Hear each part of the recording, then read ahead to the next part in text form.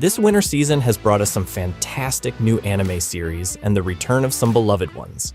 We've got everything from a highly anticipated comedic action adaptation about a retired hitman, to a sequel, to a captivating detective series set in ancient China, even a series about figure skating, and so much more. Hey everyone, and welcome to my channel, Maka here. I've compiled a list of some of the most interesting anime you should definitely check out.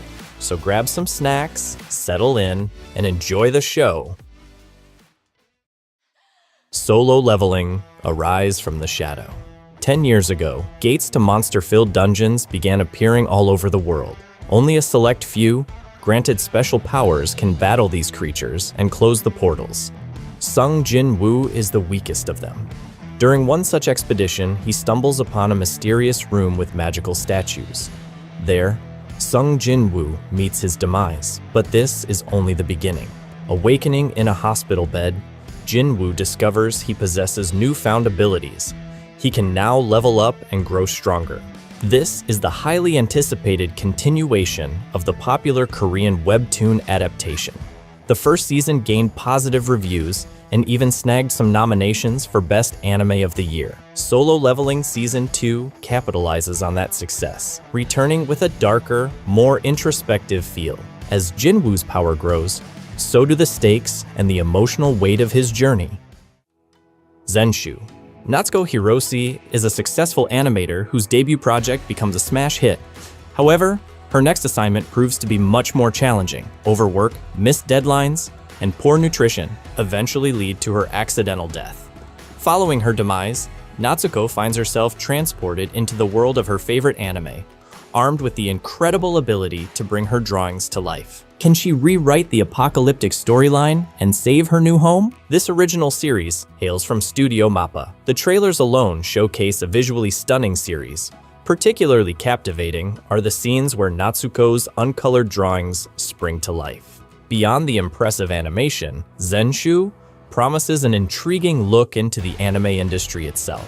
Will it tackle issues like overwork and the often harsh working conditions faced by animators? Will it draw parallels to real-world studios and artists? And perhaps most importantly, will it offer a fresh perspective on the increasingly popular isekai genre, offering something new? Medalist.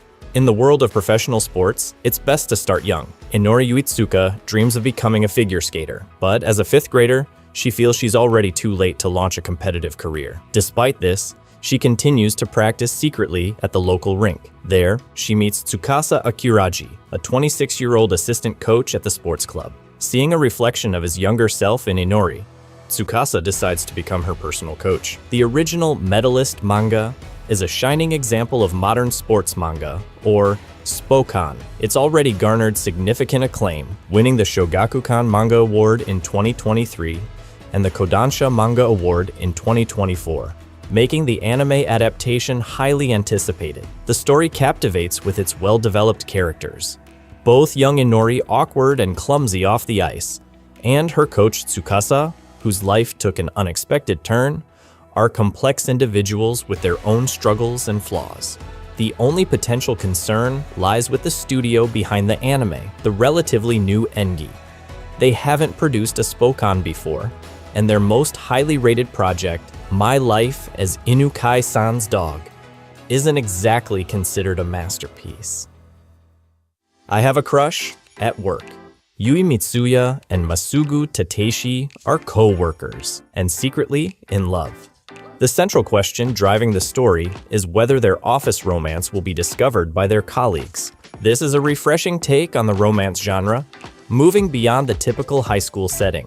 What makes it even more intriguing is that Yui and Masugu are already a couple from the outset. Instead of dragging out the will they won't they dynamic, the story focuses on the complexities of a relationship already in progress. The original manga also explores themes of self-improvement, the pressures of overwork and work-life balance. This makes it promising for fans of slice-of-life animes. Flower and Asura. On the picturesque, sparsely populated island of Tonakijima, high school student Hana enjoys reading aloud to children. One day, Ushirai, the president of the school's broadcasting club, notices Hana's captivating storytelling abilities. She invites Hana to join the club, setting the stage for a new chapter in Hana's life. Flower and Asura focuses on the lives, relationships, and creative pursuits of high school girls, this time exchanging musical instruments for the power of words, voice, and radio broadcasting. This anime deserves attention thanks to the involvement of Studio Bind. Known for their expressive and detailed animation, Bind's involvement promises a visually rich experience. Honey Lemon Soda. Uka Ishimori and Kai Mura are polar opposites. Uka is a shy and withdrawn girl who struggles with social interaction, while Kai is a popular and outgoing boy. As is often the case, opposites attract, and a friendship blossoms between them. But will it evolve into something more? This is a classic high school romance story with a twist. The popular boy falls for the quiet girl, but in Honey Lemon Soda, the main character carries deep emotional scars from years of bullying and social isolation. This adds a layer of complexity and emotional depth, promising a story filled with both heartwarming and heartbreaking moments. Unlike other popular romance anime, Honey Lemon Soda leans less on comedic elements and more towards drama and slice-of-life storytelling. However, with over 13 million manga copies sold, this approach clearly resonates with a large audience. The Apothecary Diaries. Mao Mao, the young daughter of an apothecary, finds herself unexpectedly working within the walls of the imperial palace.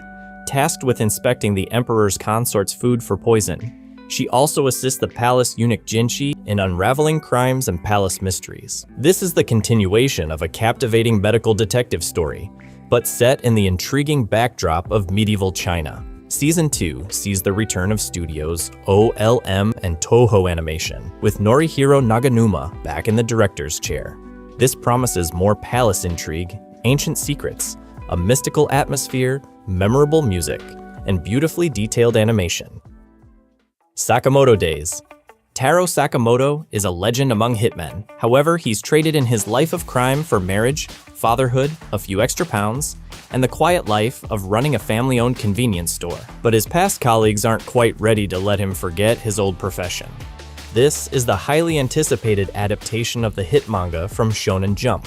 The humor stems from the stark contrast between Sakamoto's appearance, actions, and inner thoughts. You don't expect this cheerful, overweight shopkeeper to possess lightning-fast reflexes, devastating fighting skills, and a running stream of sarcastic inner monologue. I may be a guild receptionist, but I'll solo any boss to clock out on time. Oh god, these titles. Alina has landed what she believes to be the perfect job. A guild receptionist for adventurers. It's stable, safe, and the uniform is adorable. However, her dream job quickly turns into a nightmare when adventurers start getting stuck in dungeons, leading to Alina working overtime. Fed up with the extra hours, she decides to take matters into her own hands and starts taking down the dungeon bosses herself.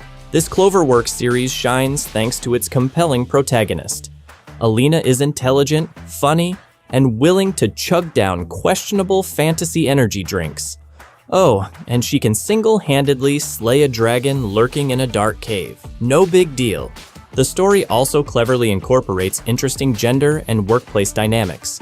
Secretaries, assistants, and other administrative staff often find their positions undervalued and overlooked.